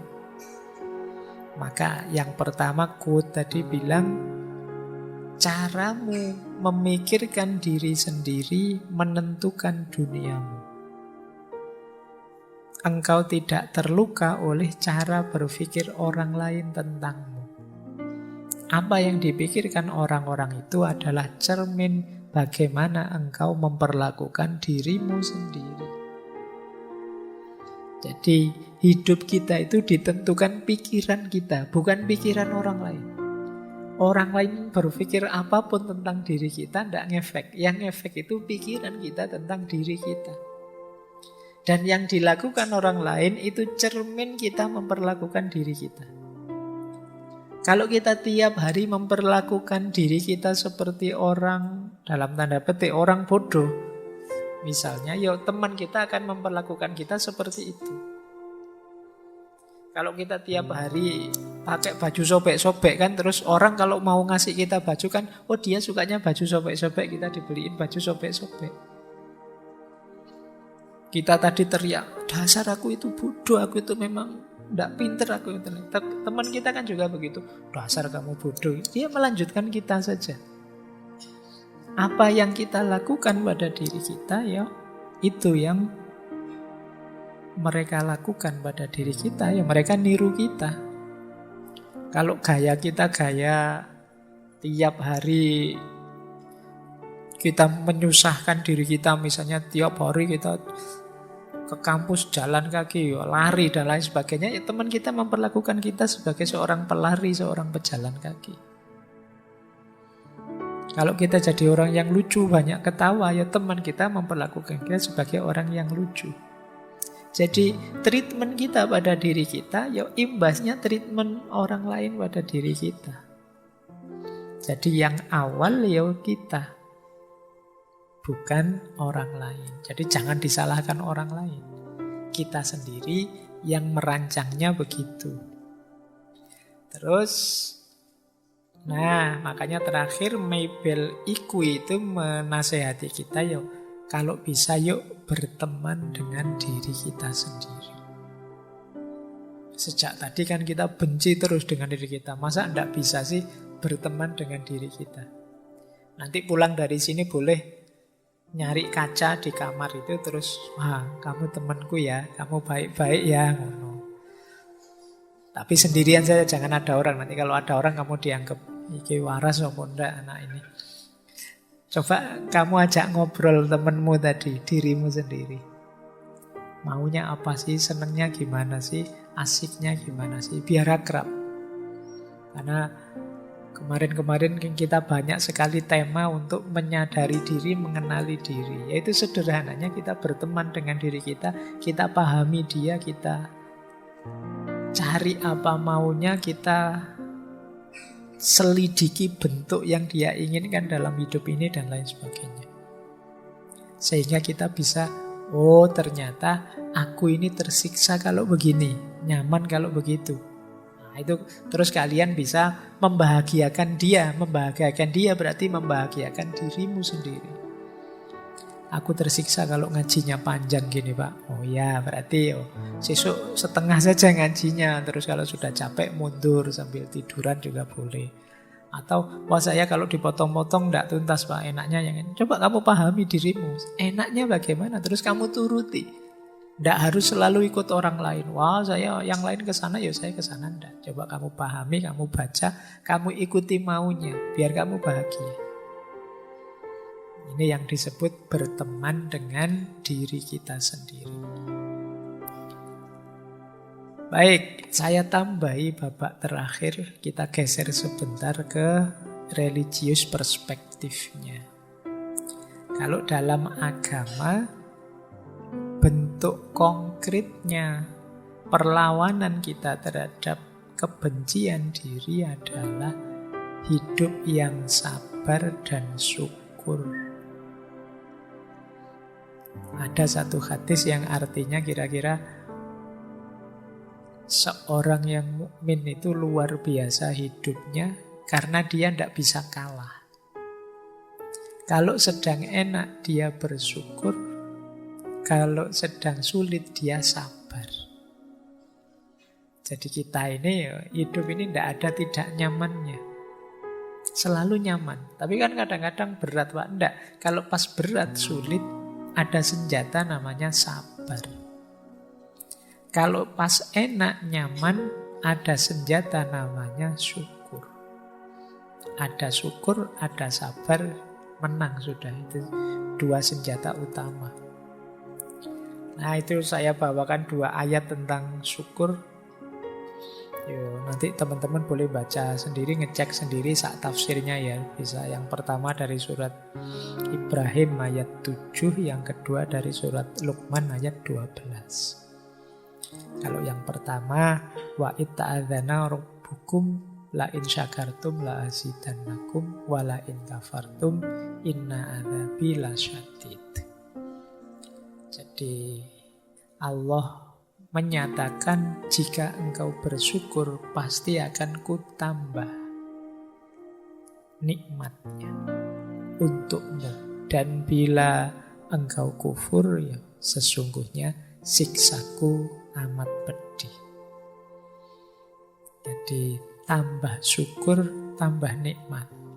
Karena syukur sendiri itu aktivitas menerima dan menikmati apapun yang diberikan oleh Allah. Mesti ditambah, mesti bertambah. Karena enak 10, begitu kita syukuri enaknya jadi 20. Karena dalam aktivitas bersyukur kita sedang menerima dan menikmati. Kalau tidak bersyukur kita menolak. Tidak hanya menolak kenikmatan yang datang, tapi juga menolak yang memberi kenikmatan, yaitu Allah. Makanya yang belakang disebut azabku sangat pedih, karena kamu nolak aku yang memberi kenikmatan tadi. Nah, ini kalau pakai logika agama. Jadi kalau kalian dapat rezeki 10 ya, kalau bersyukur rezekinya nambah. Apa-apa kalau disyukuri ya nambah. Nambahnya paling tidak dari sisi nikmatnya. Yang kedua, kalau ini nanti bisa dibaca sendiri ya. Kalau ini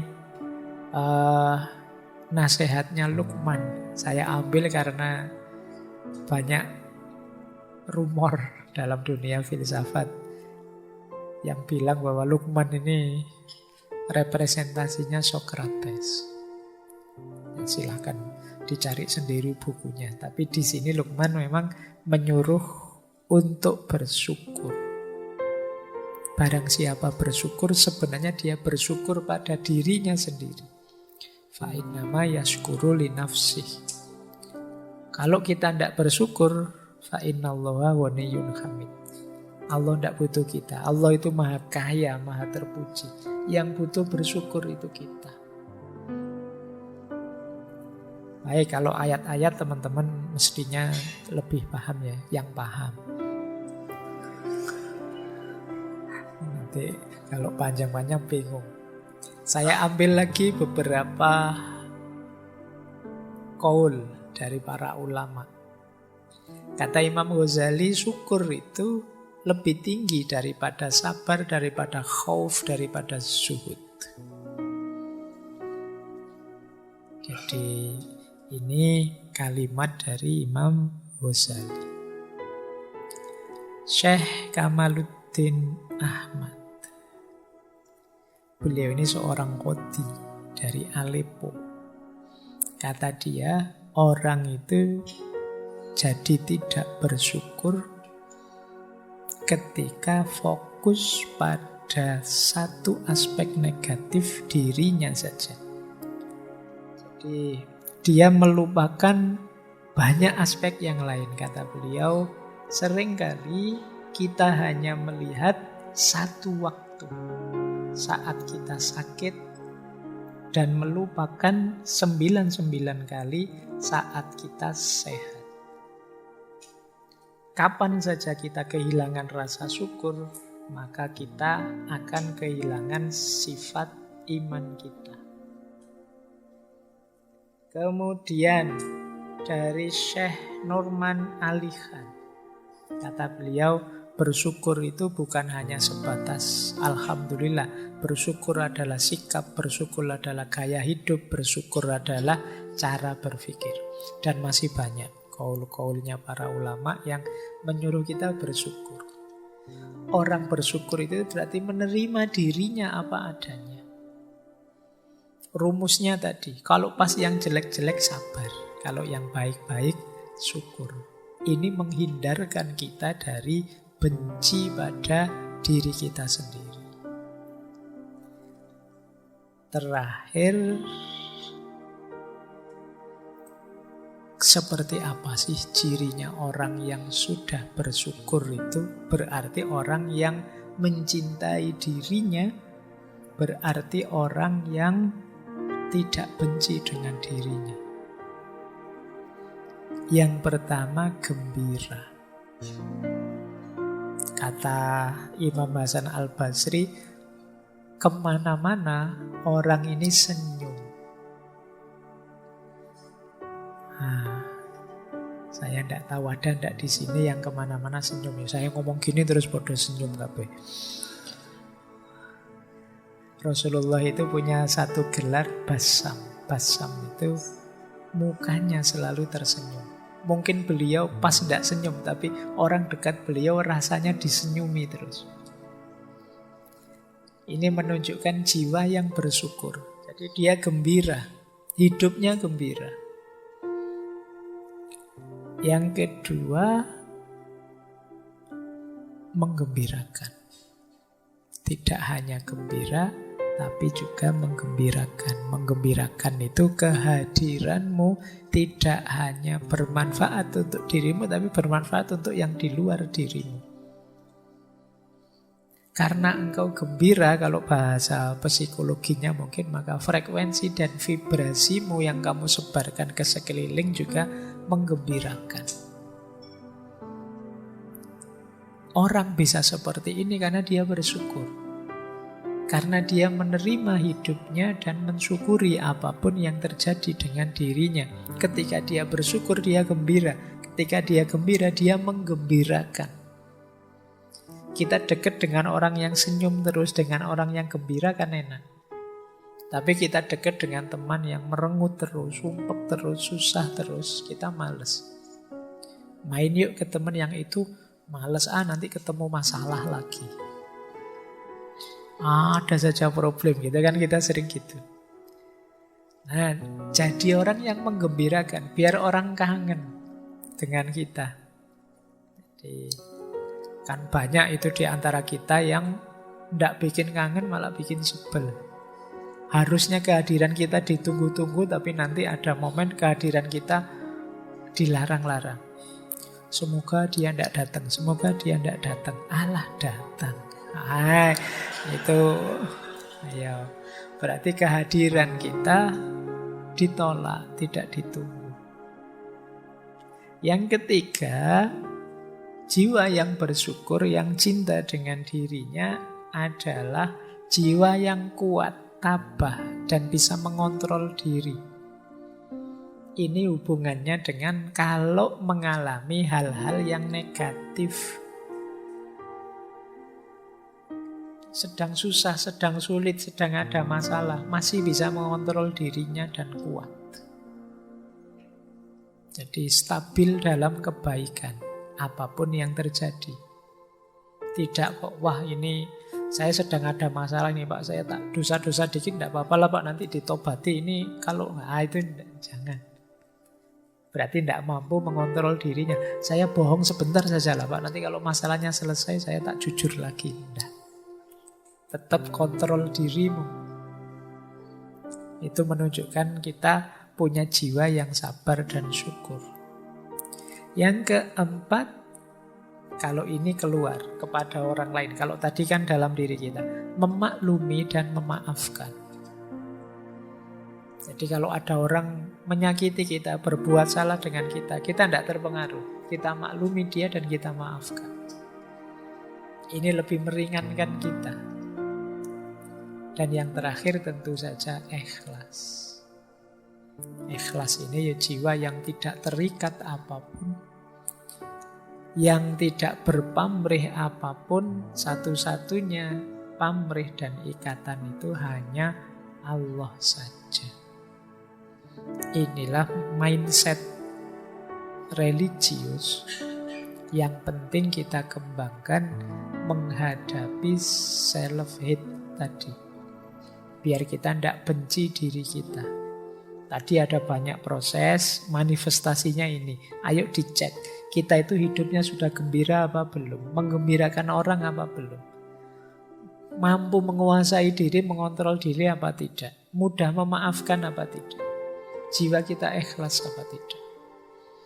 Ini parameter-parameter untuk menegaskan sejauh mana kita mencintai diri kita dan tidak membenci diri kita. Baik, oh masih ada. Tak pikir selesai. Oh ya, ini positive self-talk. Kan tadi ada kalimat-kalimat buruk yang saya sampaikan di depan. Aku tidak mampu, aku ini rusak, apapun yang terjadi mesti salahku dan lain sebagainya. Ayo mengafirmasi diri ya dengan kalimat-kalimat ini. Ini kemarin kelihatannya waktu self love juga saya sampaikan. Sering-sering bilang pada diri kita bahwa kehadiranku di muka bumi ini istimewa dan tidak sia-sia. Jangan menganggap aku tidak berarti, aku tidak bernilai. Semua ciptaannya Allah itu bermakna, bernilai. Makanya ada ayat yang menyatakan afahasibtum annama khalaqnakum abasan. Apa engkau anggap kami menciptakan kalian itu main-main saja? Tidak, semua makhluk bernilai, apalagi manusia seperti kita. Maka sering-sering bilang aku ini berharga, tidak sia-sia diciptakan oleh Allah. Kemudian tegaskan juga dalam diri kita, pikiran kita, pandangan kita, prinsip hidup kita, semua yang baik dalam diri kita itu hakikatnya anugerah dari Allah yang berharga. Sekecil apapun. Pak, ilmu saya itu hanya sedikit kecil, yaitu juga anugerahnya Allah loh, cahaya dari Allah, sekecil apapun. Kemampuan saya hanya ini. Meskipun itu kecil dari Allah, syukurilah, gembiralah. Allah masih memberi kita anugerah itu. Nah, ini untuk biar kita tidak keluar dari jalur syukur tadi. Yang ketiga, aku fokus pada apa yang bisa aku kontrol. Selebihnya pasrah saja pada Allah. Kuatku ya hanya sholat yang wajib-wajib ini saja sementara. Sisanya pasrah pada Allah. Mohon ampun ya Allah, saya masih belum bisa sholat malam secara istiqomah. Yang istiqomah baru sholat wajib saja. Ini fokus pada yang bisa aku kontrol. Karena kalau sholat malam kan setelah tidur. Kalau sudah tidur saya sulit bangun ya Allah. Nah, kalau sulit bangun di luar kontrol kita. Jadi pokoknya dalam hal yang saya mampu, saya jalankan semaksimal mungkin. Itu saja. Sisanya pasrah sudah pada Allah. Yang di luar kuasaku. Dan yang terakhir, nyatakan bahwa terima kasih ya Allah, semakin aku paham diriku, semakin aku kenal padamu. Betapa engkau maha besar. Baik, saya kira itu ya teman-teman. Untuk malam hari ini, semoga sedikit banyak mengurangi kebencian kita pada diri kita sendiri, menyadarkan kita bahwa kita adalah makhluknya Allah yang berharga. Nilai diri kita yang berharga jangan kita jatuhkan sendiri. Baik lewat perspektif negatif seperti self-hate tadi, juga lewat perilaku-perilaku negatif. Saya akhiri sekian. Wallahul muwafiq, wallahu a'lamu bissawab. Wassalamualaikum warahmatullahi wabarakatuh.